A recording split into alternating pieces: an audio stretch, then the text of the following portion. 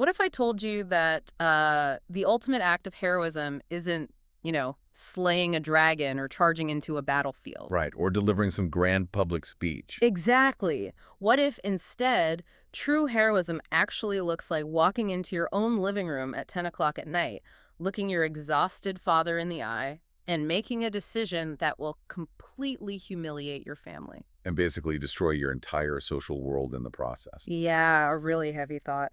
Today, we're looking at a story where saving a life required exactly that kind of devastating, quiet destruction. Welcome to today's deep dive. I'm your host. And I'm your resident expert. Really looking forward to getting into this one. It's a profound one, but real quick, before we get deep into the mechanics of this broken system, a quick note. If you're joining us on the Simplified Summary YouTube channel for this deep dive, please take a second to hit that subscribe button. Yeah, please like the video and share your valuable thoughts in the comments below. It really helps out. It sure does. All right, back to the story. We are diving into a piece of literature by the legendary Indian author Premchand. Specifically, we're unpacking a powerful story titled Uddhar, which translates to Deliverance or Salvation. Right, and it comes from his famous collection, Mansarovar.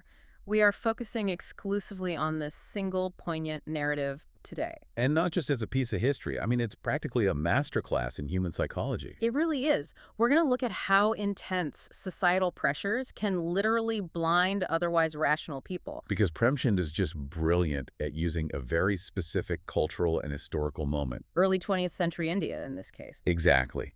He uses that setting to expose these universal human vulnerabilities. He's dissecting a society that basically turns victims into perpetrators. And he does it by forcing us to look at the cold, hard mathematics of social expectations. Oh, the math in this story is terrifying. It really is. Premchand paints this backdrop right at the very beginning. And he doesn't use metaphors, right? He uses raw numbers to show how the Hindu marriage system had become utterly corrupted. Specifically the practice of the dowry. Right. So I want you to imagine an event that is supposed to be the absolute most joyous occasion of a family's life. A baby is born. Yes, specifically a baby girl. Yeah. You picture celebrations, right? Sweets being passed around, relatives visiting. But instead, from the very moment that child takes her first breath, this heavy, terrifying shadow falls over the house. Exactly. It's not joy. It is a financial sentence. The story gives us the exact economic reality of the time. Yeah, what used to be a manageable expense of maybe 500 to 1,000 rupees for a small wedding had absolutely ballooned. It's wild. Suddenly, just a basic marriage demanded 3,000 or 4,000 rupees. We really need to pause and put those numbers into perspective, because without understanding the economic terror, the rest of the psychological behavior in this story makes no sense. For the middle class of that era, that kind of inflation wasn't just, a frustrating inconvenience. It was a complete financial catastrophe. Right. It meant a lifetime of savings wiped out in a single afternoon. Or taking on debts that would bleed a family dry for generations to come. Premchand is showing us how inflation in a social currency creates widespread moral bankruptcy. Think about the financial milestones you feel pressured to hit today. Maybe it's buying a house, or taking out massive student loans for a specific degree. Or throwing a huge wedding yourself. Exactly. Now multiply that social pressure by 100 and add the threat of complete ostracization if you fail. It's like being born with a massive mortgage that you never asked for. Yes. And there's no physical house at the end of it. It's just a mortgage you pay to maintain your social standing. That is a highly accurate way to frame it. It is literally a debt of existence. And what infuriates me when reading this is the glaring double standard. Oh, the optional versus compulsory subjects. Yes. The story points out that raising and marrying off sons is treated as an optional subject in the school of life. Right. Even if the boy has a terrible character, society just looks the other way. The parents can just shrug and say, well, if he earns a living, he'll get married. But marrying off a daughter? That is a compulsory burden. There is absolutely no escaping it. But here's what I don't get, and I'm really struggling to understand this. You have parents who have suffered under this system. Oh, deeply suffered. Right. They know the anxiety, the debt, the humiliation. So why does society create these rigid systems where the victims end up perpetuating the very cycle that crushed them? It's a great question. Why don't they just collectively opt out? Exactly. Well, because opting out wasn't just a matter of personal preference. It meant social death. Social death. Yeah. If you didn't marry your daughter off, it wasn't just that she remained single. It brought shame on your entire extended family. It ruined the marriage prospects for your other children and basically destroyed your social credit. Yeah. But your question about why victims perpetuate the cycle hits on a core psychological truth. Which is what? Premchand is highlighting the weaponization of trauma.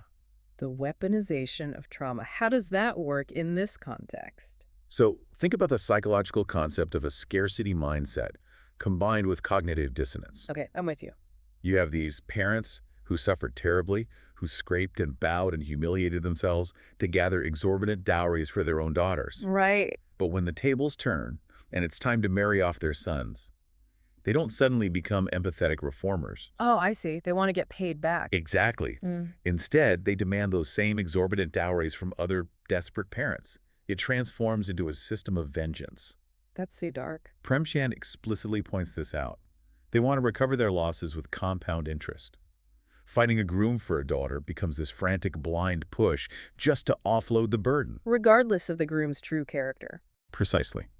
The daughter is completely commodified just to balance a social ledger. Which brings us perfectly to our protagonist, Munshi Gulzarilal. Yes, because he is caught right in the jaws of this trap. Exactly. He is a lawyer making a modest living of about 200 to 250 rupees a month. And he is described as a generous, respectable man. But because of these crushing social obligations, he can't save a dime. And the way Premchand describes his children is so striking. It really is. Gulzarilal has two sons who look perpetually thin, almost undernourished. But his daughter, Amba, The story says she is growing beautifully, like the waxing moon. it's a gorgeous phrase, the waxing moon. It is. But when you understand the context of this dowry system, that imagery is dripping with dread. Oh, for sure. Her blossoming into a young woman isn't a source of pride for her father. It's a ticking countdown clock. Because the fuller the moon gets, the closer she gets to absolute financial ruin. Let's do the math on that. He needs around 5,000 rupees to marry her off and maintain his family's dignity. He makes 250 rupees a month. So, assuming he has zero living expenses. Which is impossible. Right, impossible. That is 20 solid months of his entire gross salary. It's an insurmountable wall. But then, seemingly out of nowhere, the clouds part. He finds an affordable match. Right. A boy named Hajari Lal, the boy's father, Dowry Lal, makes 400 rupees a month in the excise department. It seems like the universe has finally cut Gulzarilal a break. It seems that way, yes, until the boy actually visits. Oh, man. Right. And this is where the story gets so incredibly frustrating. It really does. So the boy, Hajari Lal, comes over to Gulzarilal's house for a visit. And during this visit, the boy just breaks down. He sits there weeping uncontrollably. Completely unable to speak, and then he just gets up and leaves without saying a single word. And Gulzarilal's reaction? He just waves it off. He literally says, oh, he's just a modern youth who wants to stay a bachelor. He's been reading too many English books. It is a stunning display of denial. It is beyond denial. I mean, I'm trying to put myself in his shoes. I'm a lawyer. I literally evaluate facts and human behavior for a living. Right. A grown man comes into my home, sobs silently, and walks out. And I just shrug and blame it on British literature. Yeah, it's pretty extreme. Even his own wife is terrified. She explicitly warns him, suggesting the boy might be hiding some terrible contagious disease. But Gulzarilal just shuts her down completely. Exactly. How does a rational man just wave away a weeping groom? Well, because if he acknowledges the tears, his entire world collapses. What we are witnessing is the terrifying power of willful blindness as a survival mechanism. Wow. You're right, Gulzarilal isn't a stupid man. He evaluates evidence. But his desperation completely overrides his logic. Because he's so terrified of the social stigma of a broken engagement. And he is so deeply desperate to secure this incredibly rare, financially manageable match for his daughter that he actively chooses to go blind. It's a chain reaction of fear, isn't it? Precisely. If he acknowledges the boy's tears, he has to ask hard questions. If he asks hard questions, he might uncover a truth that forces him to cancel the wedding. And if he loses this groom, he faces the unthinkable, agonizing shame of an unmarried, aging daughter. Exactly. So he would rather risk his own daughter's entire future, the life of the child he loves, than face the immediate social shame of asking a difficult question. Yes, and that is Premchand's sharpest, most devastating critique of this society. He's brutal. The pressure is so immense, the mathematics of marriage are so relentlessly crushing that it fundamentally corrupts a father's protective instinct. The system basically makes it easier to sacrifice the daughter's long-term well-being than to challenge the immediate social norm. Right. He rationalizes his way out of his parental duty. Because Gulzarilal completely abdicates his role as the protector, that vacuum has to be filled by someone. And ironically, it's filled by the very person who is supposed to be benefiting from the transaction. The groom, Hajari Lal. And we should note that Hajari Lal tries to handle this quietly at first. He doesn't want to cause a massive scene. Right, he writes a letter. Yes, he writes a letter to Gulzarilal outlining his dilemma and laying out the truth. But perfectly consistent with the willful blindness we just discussed, Gulzarilal completely ignores the letter. He refuses to read the writing on the wall, even when it is literally mailed to him. So the quiet approach fails. The bride's father won't stop the train, which leads us to the absolute climax of the story. The midnight confession. Exactly. It's 10 o'clock at night. Hajari Lal approaches his own father, Darbaril. And we really have to picture the father in this moment. Oh, definitely. Darbaril is exhausted, but he is probably elated. He has spent the entire day making these joyous, socially validating wedding preparations. He's booking tents, hiring brass bands, arranging for fireworks. He is entirely swept up in the celebratory script that society has handed him, and then his son stands before him. And before Hajari Lal even speaks, Premchand gives us access to his internal monologue, and it is chilling. It really is. Hajari Lal looks at the entire situation around him. The bands, the expensive tents, the willful ignorance of both sets of parents. Right. And he thinks to himself, is this a marriage? No, it's throwing a girl into a well. Are these parents? No, they are butchers and murderers. These are incredibly heavy accusations for a young man to levy against his own family. Butchers and murderers. They are heavy, but from his perspective, they are entirely accurate. Because Hajari Lal knows a secret that everyone else is refusing to acknowledge. Yes, he has a terrible, incurable affliction. This story leaves the exact medical nature of the disease somewhat ambiguous, right? Nice, which is a common literary device of the time, but the implication is painfully clear. It is fatal, and it is ruinous. He knows with absolute certainty that marrying Amba wouldn't be a union, it would be a death sentence for her happiness. And we really need to understand what it meant to be a widow in 1920s India. It wasn't just a period of mourning, it was a living death, right? Precisely.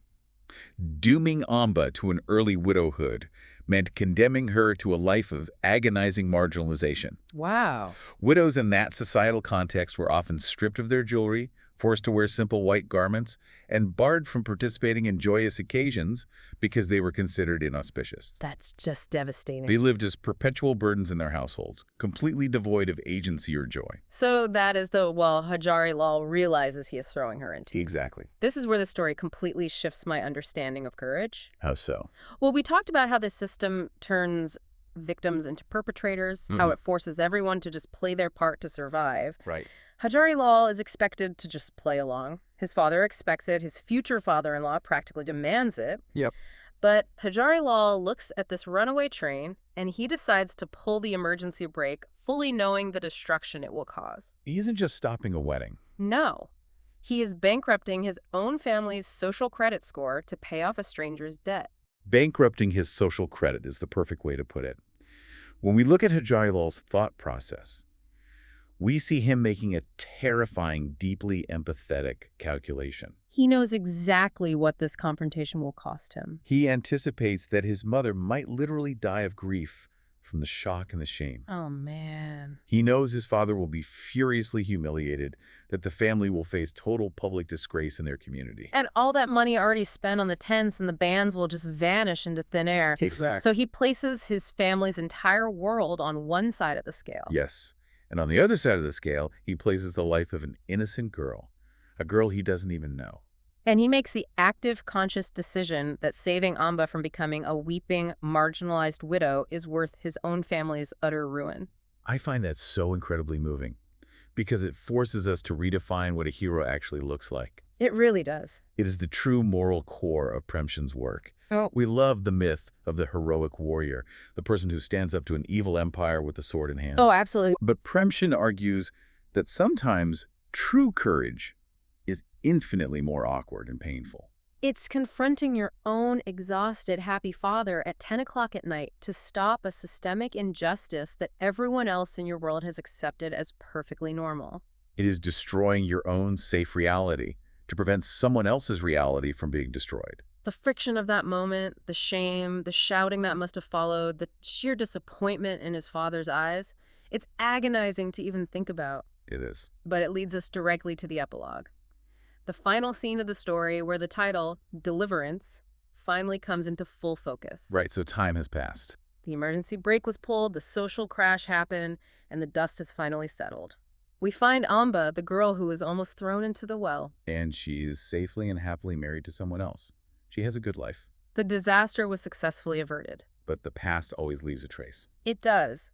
One day, her new husband is looking through some things, and he happens to see Hajari Lal's name in a letter. Now, knowing the social circles, the husband just assumes Hajari Lal is Amba's cousin or some distant relative. Right, he asks her about it casually, and when Amba finally responds to her husband, her words are, "They honestly give you goosebumps." She doesn't call him a relative? No, she corrects her husband immediately. She calls Hajari Lal her most merciful savior, the giver of life. She recognizes the exact magnitude of what he traded for her. Exactly. She tells her husband that Hajari Lal is the one who saved her from drowning in deep waters and granted her the boon of a happy destiny. And in that moment, her husband finally understands the weight of what happened years ago. He realizes, as Premchand writes, that Hajari Lal was not a man, but a god. It's a profound elevation of a seemingly ordinary, physically flawed young man. And I think that's the ultimate takeaway here. When we hear the word deliverance, we want that fairy tale rescue. We want a knight riding in, slaying the monster, carrying the princess away to the applause of the kingdom. But the deliverance in the story was completely different. It was entirely devoid of glory. It was a rescue born of painful honesty, excruciating public shame, and absolute self-sacrifice. Hajari Lal didn't get to ride off into the sunset. He stayed behind in the wreckage he caused, bearing the label of the villain in his community, solely so that Amba could have her life. Premchand is offering a highly sophisticated critique of social reform here. Yeah, how so? He is showing us that the darkest, most broken social systems so massive and normalized that they force fathers to willingly blind themselves, cannot always be fixed by legislation or simple awareness campaigns. Right. Sometimes the only way a deeply entrenched, corrupt system gets dismantled is through individual acts of radical, self-destructive empathy. The machinery of the dowry and forced marriage was churning along perfectly, and the only thing that stopped it was a single person willing to throw his own reputation into the gears. He accepted the role of the villain in his family's eyes, so he could be the savior in Amba's reality. It is a breathtaking story, and it takes us on such a complex journey. We started by looking at the terrifying cold mathematics of societal expectations. How the inflation of a dowry turns a joyous birth into a lifelong debt. Yeah, and we saw how that crushing pressure leads to a father's willful blindness, where ignoring a crying groom is a psychological necessity to survive. And finally, we witnessed a young man's ultimate quiet sacrifice, bankrupting his own social standing to save a girl he barely knew. Earning the title of a god in her eyes. It challenges us to look at the inevitable tragedies in our own modern societies and ask who is actually willing to step in front of them. Because it's easy to judge Gulzarilal from a century away, but the psychology of compliance is timeless. It really is. And that brings us to a final, lingering thought, something for you to ponder long after the steep dive ends. Premchand wrote about the specific, agonizing pressures of his time. The dowry, the rigid marriage market, the terror of widowhood. But think about the compulsory societal milestones we have today in our own lives. The scripts that you and I are expected to follow without questioning. How many people around you right now are silently suffering just to fulfill a script written by someone else? How many are taking on literal or social mortgages they didn't ask for just to keep up appearances? And more importantly, if you saw the train heading for the cliff, what would it actually take for you to be the Hajari Lal in their story? would you be willing to absorb the shame to set someone else free?